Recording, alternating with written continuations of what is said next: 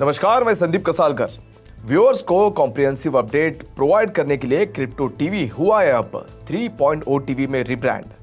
Crypto currencies, blockchain, metaverse, non fungible tokens, security और latest digital segment से जुड़ी हर web 3 related खबरों के लिए देखते रहिए 3.0 टीवी चैनल। तो सबसे पहले क्रिप्टो वर्ल्ड से जुड़ी नई खबरों के साथ आइए देखते हैं क्या कुछ हुआ क्रिप्टो की दुनिया में। सबसे पहले रुक करते हैं हेडलाइंस की ओर।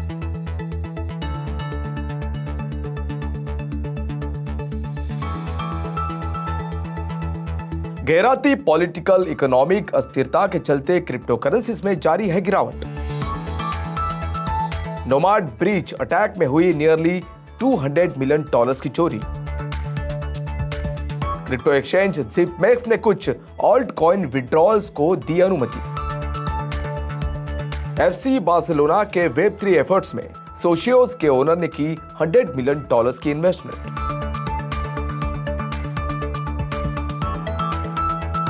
Take Mahindra Union Bank of India के लिए मेटावर्स लॉन्च करेगी सेटअप। न्यूयॉर्क के फाइनेंशियल रेगुलेटर ने रॉबिनहुड के क्रिप्टो डिवीजन पर लगाया $30 मिलियन का जुर्माना।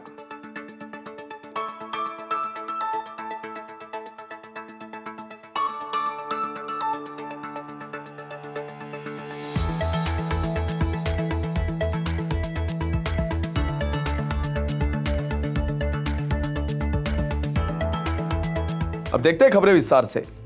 मंगलवार को इवनिंग ट्रेड्स में क्रिप्टो करेंसीज में गिरावट आई क्योंकि इन्वेस्टर्स ने चाइना यूएस टेंशंस और क्लाउडिंग इकोनॉमिक आउटलुक के बीच डॉलर और गोल्ड जैसी सेफ हेवन एसेट्स में मूव किया। वही बिटकॉइन को $23,000 से नीचे आते हुए देखा गया। US house speaker Nancy Pelosi की ताइवान विजिट से बीजिंग और वॉशिंगटन के बीच तनाव बढ़ सकता है। इस डर से यूएस स्टॉक्स ने शुरुआती ट्रेड्स में कम ट्रेड किया। इस हफ्ते के अंत में यूएस जॉब्स डेटा से पहले इन्वेस्टर्स भी सतर्क हो गए, जो पिछले महीने मैन्युफैक्चरिंग एक्टिविटी धीमी होने के बाद लेबर मार्केट में ज्यादा इंसाइट प्रोवाइड करेगा। रोबस्ट जॉब्स ग्रोथ ने इकोनॉमिक्स को यह कहने के लिए प्रेरित किया कि यह नेगेटिव जीडीपी के 2 स्ट्रेट क्वार्टर्स के बावजूद यूएस करंटली रिसेशन में नहीं है। इन सब के बीच पिछले 12 घंटों में क्रिप्टो करेंसी एक्सचेंज ने फ्यूचर्स में $85 मिलियन से ज्यादा मूल्य के पोजीशंस को लिक्विडेट किया, जैसा कि डेटा से पता चलता है। ऐसे में बिटकॉइन को हाल ही में पिछले 24 घंटों में 1% की गिरावट के साथ बिटकॉइन को अराउंड $22,800 पर ट्रेड करते हुए देखा गया, जबकि ईटीएच को उसी समय के दौरान 4% की गिरावट के साथ अराउंड $1,580 पर ट्रेड करते हुए देखा गया। वही दूसरे मेजर ऑल्ट कॉइन्स में भी गिरावट दर्ज की गई है। Cross chain token breach nomad को 1 अगस्त को हैक कर लिया गया था, जहां अटैकर्स ने इसके सभी फंड्स में प्रोटोकॉल को इफेक्टिवली ढंग से ड्रेन कर दिया गया था, जिसके बाद अब नियरली $200 मिलियन मूल्य की क्रिप्टो करेंसी चोरी होने की बात सामने आई है। एक ब्लॉकचेन सिक्योरिटी फर्म पेकशील्ड के अनुसार 41 से ज्यादा एड्रेसेस को आइडेंटिफाई किया गया है, जिन्होंने चोरी के दौरान $150 मिलियन से ज्यादा की चोरी को अंजाम दिया है। ये टोटल हैक का 80% हिस्सा था। इसमें 7 MEV बॉट्स, 7 रारी कैपिटल आर्बिट्रियम एक्सप्लॉइटर और 6 व्हाइट हैट भी शामिल है। इसमें कहा गया है कि ENS नाम वाले एड्रेसेस में से लगभग 10% को इस एक्सप्लॉइट से $6.1 मिलियन मिले हैं, जबकि MEV बॉट्स ने $7.1 मिलियन और रारी आर्बिट्रियम एक्सप्लॉइटर ने $3.4 मिलियन हासिल किया है। टीम के अनुसार ब्लॉकचेन इंटेलिजेंस और फॉरेंसिक्स के लिए लीडिंग कंपनीज को बरकरार रखा गया है और करंटली एक जांच चल रही है। उन्होंने लॉ इन्फोर्समेंट को इन्फॉर्म कर दिया है और 24 घंटे लगातार इंफॉर्मेशन प्रोवाइड करके सिचुएशन को एड्रेस कर रहे हैं। इसका एम शामिल अकाउंट्स को आइडेंटिफाई करना और फंड का पता लगाना और उसे रिकवर करना है। Asian crypto exchange ZipMax PTE ने यूजर्स को अपने ट्रेडिंग अकाउंट से कुछ टोकन विड्रॉ की अनुमति देने की योजना बनाई है। एक्सचेंज ने सोलाना के SOL, रिपल के SRP और कार्डानो के ADA को ZipMax के Z वॉलेट से विड्रॉल्स के लिए एक टाइमलाइन सेट की है। ऐसे में कंपनी ने एक बयान में कहा कि बिटकॉइन और इथर सहित बड़े कॉइन्स लॉक्ड अप है।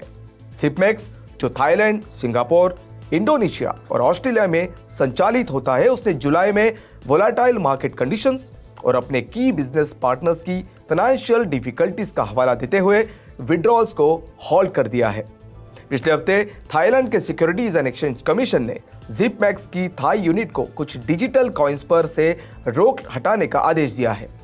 एसओएल टोकन्स 2 अगस्त को जारी किए जाएंगे, 4 अगस्त को एसआरपी और 9 अगस्त को एडीए जारी किए जाएंगे। जिपमैक्स के yield based program Zip Up plus से विड्रॉल्स सस्पेंडेड रहेगी। Blockchain based fan rewards platform Socios.com के ओनर चिलीज ने एफसी बार्सिलोना के नॉन फंजिबल टोकन्स यानी एनएफटीज और मेटावर्स एफर्ट्स में $100 मिलियन का इन्वेस्टमेंट किया है।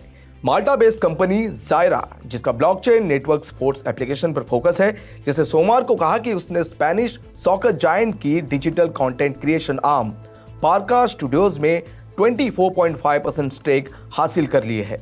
सोशोस ने कहा कि वो बार्सिलोना की वेब3 रिलेटेड प्लान्स को गति देना चाहता है, जिसमें क्लब के डिजिटल इकोसिस्टम के लिए नए प्रोडक्ट्स और फीचर्स भी शामिल है। टेक महिंद्रा ने भारत के पहले PSU मेटावर्स लॉन्च को अनवील करने के लिए यूनियन बैंक ऑफ इंडिया यानी यूबीआई के साथ पार्टनरशिप की है, जिसे यूनिवर्स भी कहा जाता है। ये लॉन्च बैंक को अपनी डिजिटल और टेक सेवी इमेज एक्सप्लोर करने में मदद करेगा, विशेष रूप से जेन जी कस्टमर्स के लिए, और उन्हें मेटावर्स इकोसिस्टम में अपने प्रोडक्ट्स और सर्विसेज का पता लगाने में सक्षम करेगा। कस्टमर्स लॉन्च में मूव कर सकेंगे, deposit, loans, government welfare schemes, digital initiatives आदि के बारे में जानकारी प्राप्त कर सकेंगे। टेक महिंद्रा इस मेटा लॉन्च को एस्टैब्लिश करने के लिए अपने नेटवर्क और इंफ्रास्ट्रक्चर की कैपेबिलिटीज के साथ साथ अपनी फंडामेंटल टेक्निकल कैपेबिलिटीज जैसे pervasive artificial intelligence, blockchain, 5G, augmented reality और वर्चुअल रियलिटी का उपयोग करेगी। New York state department of financial services यानी NYDFS ने क्रिप्टो ट्रेडिंग यूनिट रॉबिनहुड पर एंटी मनी लॉन्ड्रिंग और साइबर सिक्योरिटी रेगुलेशंस के एलिज वायलेशंस के लिए $30 मिलियन का जुर्माना लगाया है।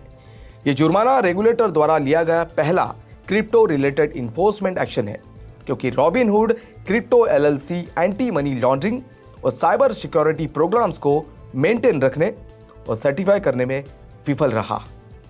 तो आज के लिए बस इतना ही।